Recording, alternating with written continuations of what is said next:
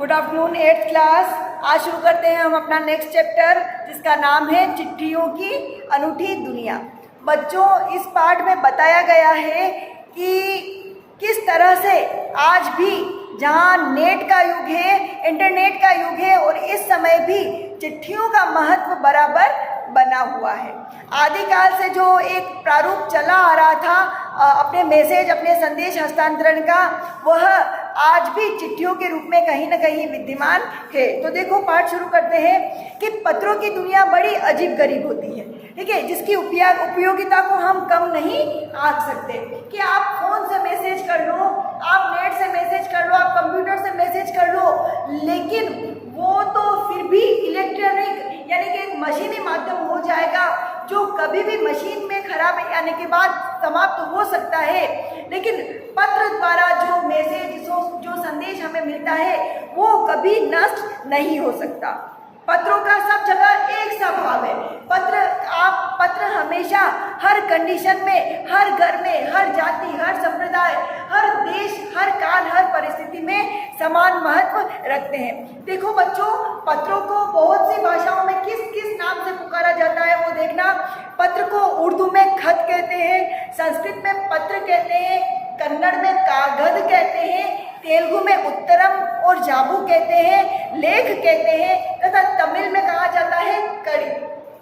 अब इसमें कोई संदेह नहीं है, हर एक की अपनी अपनी अलग लेखन कला होती है। सबका पत्र लिखने का तरीका अलग अलग हो सकता है। जैसे हमको शुरू से ही स्कूल में, विद्यालय में सिखाया जाता है पत्र लिखना, पत्रों के प्रकार समझाए जाते हैं, पत्र लिखने के तरीके समझाए जाते हैं। उसके बाद तो आपकी योग्यता पर निर्भर करता है कि आप किस तरह से पत्र लिखें। आपने पढ़े होंगे बच्चों, तो आपके सिलेबस में भी किसी न किसी का पत्र किसी पाठ के रूप में जरूर संकलित होगा। यानी कि पत्र इतने महत्वपूर्ण होते हैं कि वो किसी कोर्स का सिलेबस बन सकते हैं, वो किसी क्लास का पाठ्यक्रम बन सकते हैं। तो सोचो पत्रों का कितना महत्व होगा।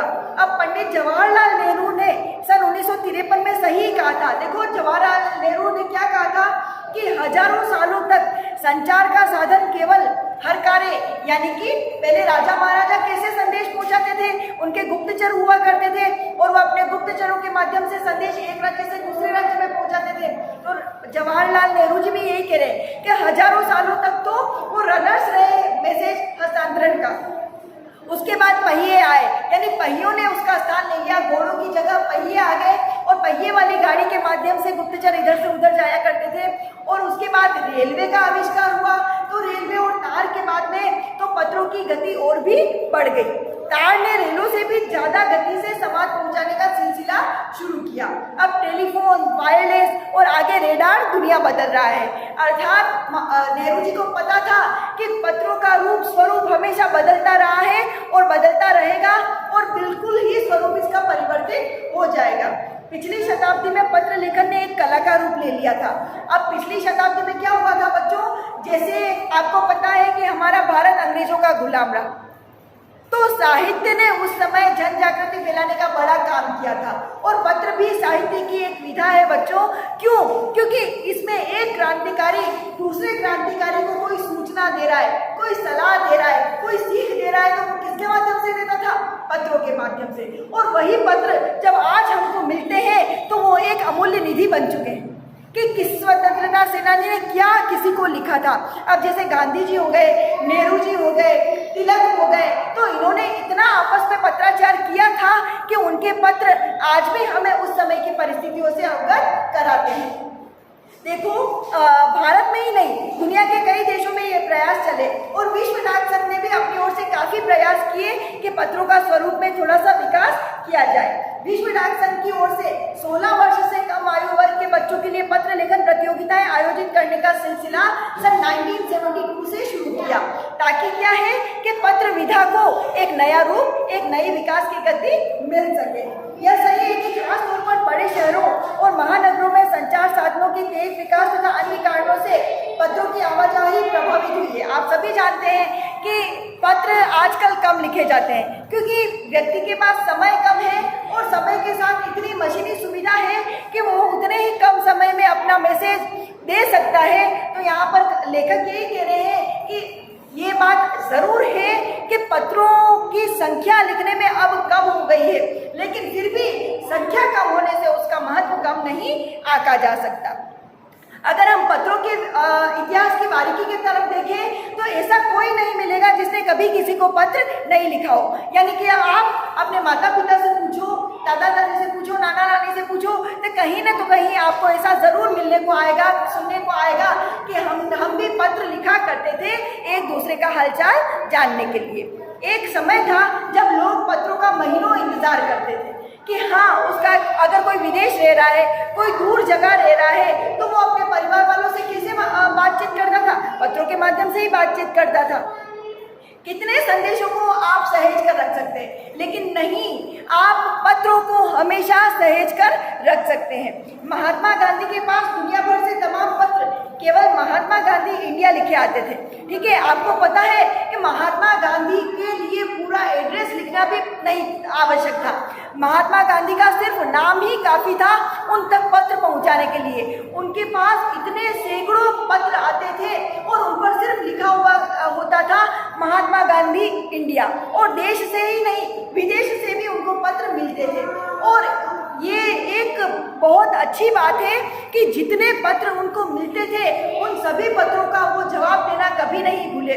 और इतना है कि कितनी ही बार पत्रों का जवाब देते देते उनका जो राइट हैंड है वो दुखने लग जाता, तो वो लेफ्ट हैंड से पत्र लिखना शुरू करते, लेकिन हर पत्र का जवाब अवश्य रूप से देते थे। अब नेहरू जी और इंदिरा गांधी जी के आपसी पत्राचार में जो एक पिता पुत्री के संवाद तो कम है, लेकिन वो एक साहित्य की अमूल्य निधि बन गई है कि जिससे हमें प्रेरणा मिलती है कि एक पिता ने पुत्री को क्या सीखा, एक पुत्री ने पिता से क्या सीखा। तो ऐसे आपको ढेरों एग्जाम्पल मिलेंगे। वास्तव में पत्र किसी दस्तावेज से कम नहीं है। दस्तावेज मतलब एक जो बंडल होता है, आप समझ लो एक रिकॉर्ड।